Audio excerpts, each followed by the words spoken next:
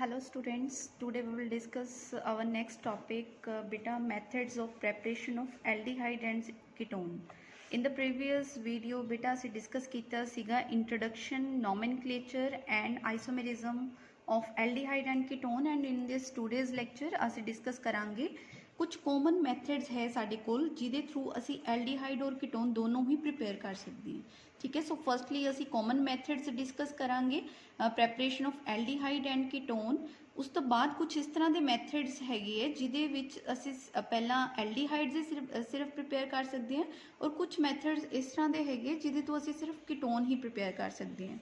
ਉਹਨਾਂ ਮੈਥਡਸ ਨੂੰ ਡਿਸਕਸ ਕਰਨ ਤੋਂ ਪਹਿਲਾਂ ਅਸੀਂ ਕੁਝ ਇਸ ਤਰੀਕੇ ਦੇ ਅੱਜ ਦੇ ਲੈਕਚਰ ਦੇ ਵਿੱਚ ਕਾਮਨ ਮੈਥਡਸ ਪੜ੍ਹਨੇ ਨੇ ਜਿਨ੍ਹਾਂ ਤੋਂ ਅਸੀਂ ਦੋਨੋਂ ਹੀ ਐਲਡੀਹਾਈਡ ਔਰ ਕੀਟੋਨ ਦੋਨੋਂ ਹੀ ਚੀਜ਼ਾਂ ਨੂੰ ਕੀ ਕਰ ਸਕਦੇ ਹਾਂ, ਦੋਨੋਂ ਕੰਪਾਊਂਡਸ ਨੂੰ ਕੀ ਕਰ ਸਕਦੇ ਹਾਂ, ਪ੍ਰਿਪੇਅਰ ਕਰ ਸਕਦੇ ਹਾਂ। ਸੋ ਫਰਸਟ ਪ੍ਰੈਪਰੇਸ਼ਨ ਹੈ ਸਾਡੇ ਕੋਲ ਫਰੋਮ ਐਲਕੋਹਲ।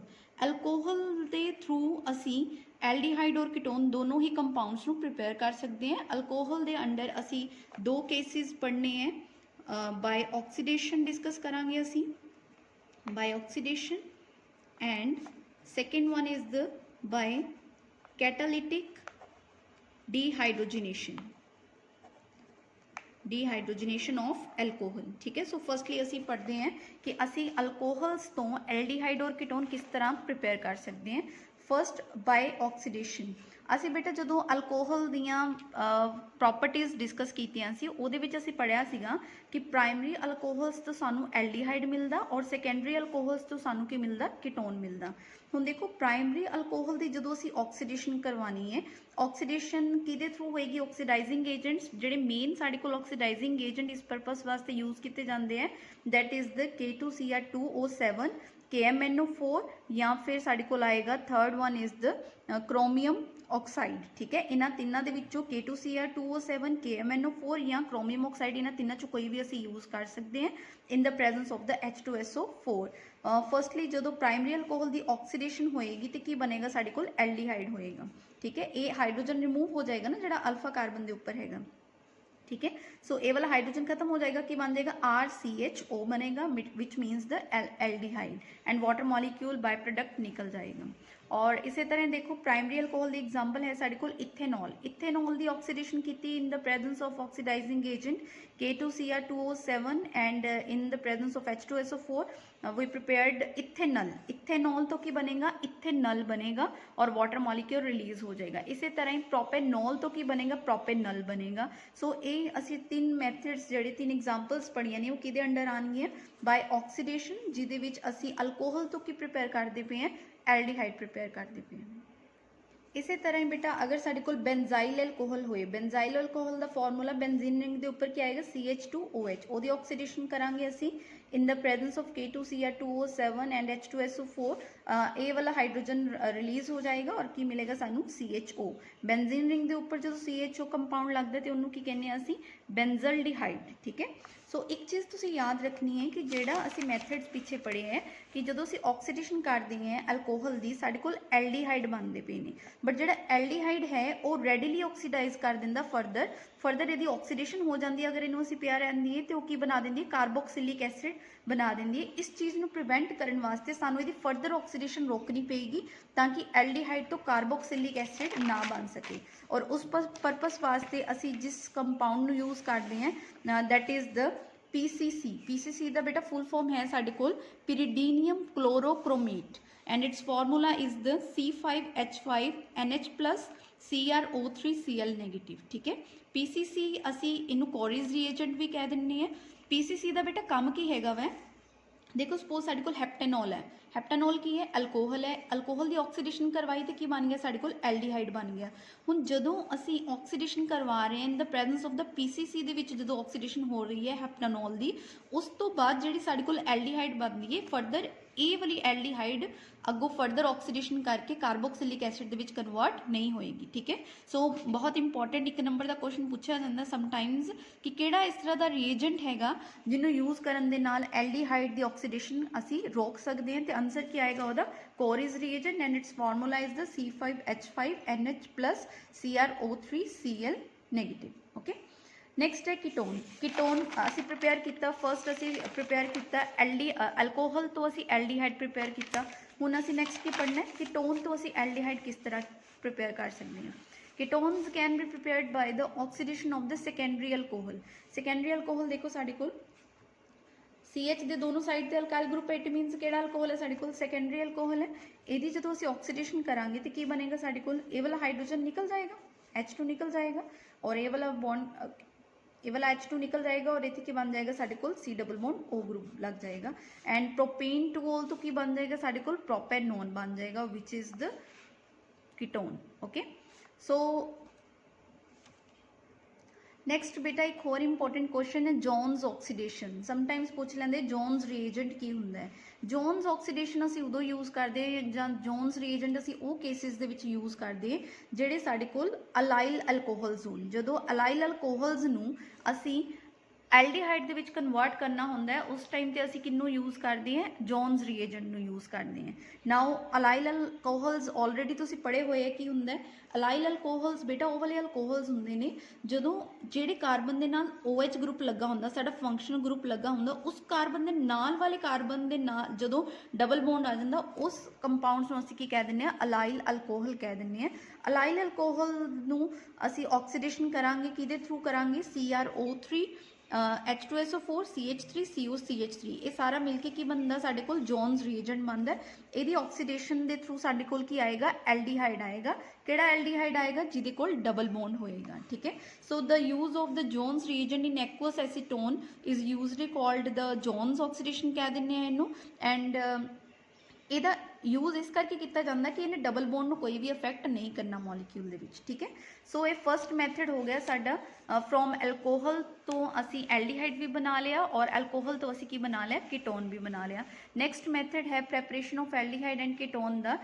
ये मैथड भी तुसी बेटा ऑलरेडी पढ़िया होया प्रॉपर्टीज ऑफ एल्कोहल दे विच पिछले chapter by catalytic dehydrogenation of alcohol.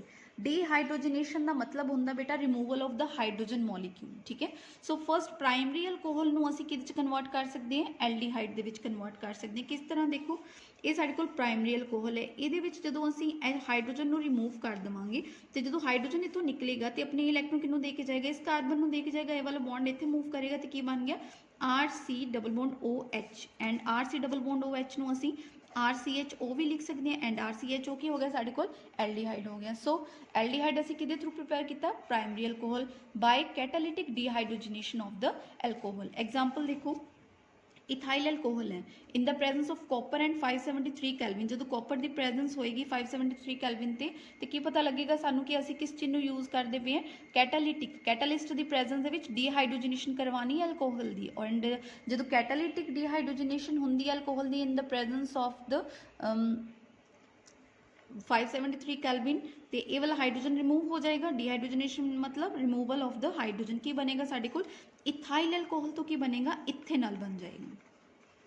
And अगर साढ़े कोल इत्थे प्रोपेनॉल होंदा तो फिर की बन जाना सीगा, प्रोपेनॉल बन जाना सी। अगर ब्यूटेनॉल होंदा तो फिर की बन जाना सीगा, ब्यूटेनॉल बन जाना सी, ब्यूटेनॉल बन जाना सी।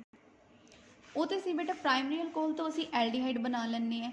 नाउ सैकेंडरी अल्कोहल तो की बनावांगे असी, कीटोन बनावांगे। देखो किस तरह सैकेंडरी अल्कोहल दे विच जदों असी ऑक्सीडेशन डीहाइड्रोजनेशन करवानी है in the presence of the catalyst तो की बनेगा साढ़े कोल कीटोन आ जाएगा। प्रोपेन टू ओल है, ये विच की हो जाएगी ऑक्सीडेशन हो जाएगी, जदों ये वाला हाइड्रोजन खत्म हो जाएगा की बन गया साढ़े कोल प्रोपेनॉन बन गया। सो टर्शरी अल्कोहल्स नूं बेटा असी कैटालिटिक डीहाइड्रोजनेशन दे नाल नहीं बना सकते क्योंकि टर्शरी अल्कोहल दे कोल कोई भी अल्फा हाइड्रोजन नहीं हुंदा। ठीक है, सो ये फर्स्ट मैथड सीगा फ्रॉम फर्स्ट मैथड दे विच असी पढ़िया फ्रॉम एल्कोहल। अल्कोहल के अंडर आप दो रिएक्शनस पढ़े बेटा, ऑक्सीडेशन के थ्रू असी एल्डिहाइड और कीटोन बनाया और कैटालिटिक डीहाइड्रोजनेशन के थ्रू असी एल्डिहाइड और कीटोन बनाया। नैक्सट है साढ़े को second method from carboxylic acid. ठीक है, कार्बोक्सिलिक एसिड के अंदर भी बेटा असी दो तरह के नाल एल्डिहाइड और कीटोन बना सकते हैं। फर्स्ट रिएक्शन देखो, अगर साढ़े कोल दो मॉलिक्यूल होन मिथेनोइक एसिड दे, मिथेनोइक एसिड का formula HCOOH, HC OOH methanoic acids ਦੇ ਅਗਰ ਦੋ ਮੋਲੀਕਿਊਲਸ ਹੋਣਗੇ ਉਸ ਤੋਂ ਬਾਅਦ ਅਸੀਂ ਕੀ ਕਰਨਾ ਬੇਟਾ ਇਹ ਕੰਪਾਊਂਡ ਨੂੰ ਲੈ ਲੈਣਾ COOH ਤੇ ਇਧਰੋਂ OH ਨੂੰ। ਹੁਣ ਇਹਦੇ ਵਿੱਚ COO ਮਿਲ ਕੇ ਕੀ ਬਣਾਏਗਾ ਕਾਰਬਨ ਡਾਈਆਕਸਾਈਡ ਬਣਾ ਦੇਗੀ ਐਂਡ H2O ਮਿਲ ਕੇ ਕੀ ਬਣਾਏਗਾ ਵਾਟਰ ਮੋਲੀਕਿਊਲ। ਜਦੋਂ ਕਾਰਬਨ ਡਾਈਆਕਸਾਈਡ ਔਰ ਵਾਟਰ ਮੋਲੀਕਿਊਲ ਰਿਲੀਜ਼ ਹੋ ਗਿਆ ਬੇਟਾ ਪਿੱਛੇ ਕੀ ਬਚ ਗਿਆ ਸਾਡੇ ਕੋਲ HCHO ਐਂਡ HCHO ਮਿਲ ਕੇ ਕੀ ਬਣਾਉਂਦਾ ਸਾਡੇ ਕੋਲ ਮਿਥੇਨਲ ਵਿਚ ਇਜ਼ ਦ ਐਲਡੀਹਾਈਡ। ठीक है सो एक अगर तो असं दोनों ही मॉलीक्यूल्स मिथेनोइक एसिड दे यूज़ करांगे तो फिर साडे कोल की बनेगा मिथेनल बनेगा। अगर एक मॉलीक्यूल साडा इथेनोइक एसिड दा होएगा एक मॉलीक्यूल साडा मिथेनोइक एसिड दा होएगा उस केस दे विच भी carbon dioxide and water molecule release होएगा एंड जिहड़ी एल्डिहाइड बनेगी वो किहड़ी होएगी साडे कोल इथेनल बनेगी। ओके सो ये दो मैथड्स है दो असी मैथड्स पढ़े जिहदे थ्रू असी मिथेनल एंड इथेनल की कर सकते हैं प्रिपेयर कर सकते हैं। एक चीज़ इत्थे याद रखनी है if one of the two acid is methanoic acid अगर दोनों एसिड्स के विचों एक मिथेनोइक एसिड होएगा तो एल्डिहाइड बनेगा अदरवाइज साडे कोल की बनेगा कीटोन बनेगा। ठीक है जिस तरह देखो CH3COH हुण दोनों इथेनोइक एसिड असी यूज़ करते पे हैं। हुण इथेनोइक एसिड दे विच जदों ये कंपाउंड नूं खत्म किया कार्बन डाइऑक्साइड और वाटर मॉलीक्यूल रिलीज़ किया तो की बन गया साडे कोल एसीटोन बन गया। सो कहने का मतलब कि अगर तो कार्बोक्सिलिक एसिड्स दे विच दोनों केसिस जां ते दोनों मिथेनोइक एसिड होणगे या एक इथेनोइक होएगा और एक मिथेनोइक होएगा। जदों तक मिथेनोइक एसिड प्रेजेंट है उस टाइम तक साडे कोल की बनेगी एल्डिहाइड बनेगी बट जदों इथेनोइक एसिड दोनों आ जाएंगे उस टाइम ते साडे कोल की प्रिपेयर होएगा कीटोन प्रिपेयर होएगा in the presence of the catalyst. Catalyst केड़ा यूज़ करते पे आपां मैंगनीज ऑक्साइड। ठीक है फस्ट मैथड दे विच बेटा असी कार्बोक्सिलिक एसिड तो दो मॉलीक्यूल्स मिथेनोइक या इथेनोइक के थ्रू असी एल्डिहाइड बना लिया। सो एल्डिहाइड और कीटोन नूं असी प्रिपेयर कर सकते हैं by distillation of the calcium salt of the acid. Suppose साडे कोल कैल्शियम सॉल्ट हैगा कोई कैल्शियम फॉर्मेट है एसिड दा कैल्शियम फॉर्मेट दा फॉर्मूला हुंदा CaHCOO ਇਹਦੇ ਵਿੱਚ ਅਸੀਂ ਕੀ ਕਰਨਾ CaCO3 ਨੂੰ ਮੋਲੀਕਿਊਲ ਨੂੰ ਰਿਲੀਜ਼ ਕਰ ਦਈਏ ਪਿੱਛੇ ਕੀ ਬਚੇਗਾ ਮਿਥੇਨਲ ਬਚੇਗਾ। ਅਗਰ ਅਸੀਂ ਕੈਲਸ਼ੀਅਮ ਫੋਰਮੇਟ ਦੀ ਜਗ੍ਹਾ ਤੇ दूसरा सॉल्ट ले लिया एक ले लिया कैल्शियम एसीटेट इस कंपाउंड का नाम है कैल्शियम एसीटेट एंड इस कंपाउंड का नाम है साडे कोल calcium formate.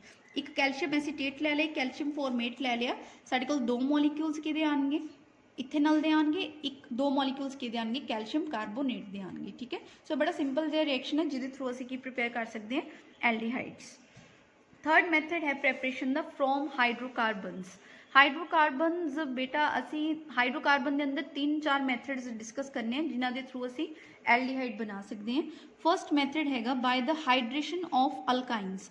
Now word hydration का मतलब थानू मैं लास्ट टाइम भी समझाया सीगा हाइड्रेशन का मतलब हुंदा addition of the water molecule नूं हुण असीं ऐड करना अपने कंपाउंड दे विच। सपोज साडे कोल अल्काइन मॉलीक्यूल है अल्काइन दे विच की है ट्रिपल बॉन्ड है जदों वाटर मॉलीक्यूल ऐड हो जाएगा तो यह ट्रिपल बॉन्ड चों की करेगा एक वाटर दे विच की हुंदा बेटा एक पासे HOH नूं असीं वाटर कहने हैं इहदी रीअरेंजमेंट इस तरीके नाल होएगी इन the presence of the dilute H2SO4 and HgSO4। एक कार्बन के नाल OH चला जाएगा और एक कार्बन के नाल की चला जाएगा H। इस कार्बन के नाल OH चला गया इस कार्बन के नाल की चला गया H चला गया एंड इस फॉर्म तो ट्रिपल बॉन्ड तो जो साडे कोल नैक्सट कंपाउंड बनता पे इनू असीं इनोल फॉर्म कहने हैं। इनोल फॉर्म का मतलब है कि इस कंपाउंड दे विच डबल बॉन्ड भी है मतलब इन मॉलीक्यूल भी है और इस कंपाउंड दे विच OH मॉलीक्यूल भी है। फर्दर इहदी टॉटोमेरिज्म करवा दी रीअरेंजमेंट करवा दिता एक ए हाइड्रोजन इत्थे चला गया और इहदा डबल बॉन्ड इत्थे आ गया कि बन गया साडे कोल मिथाइल कीटोन बन गया।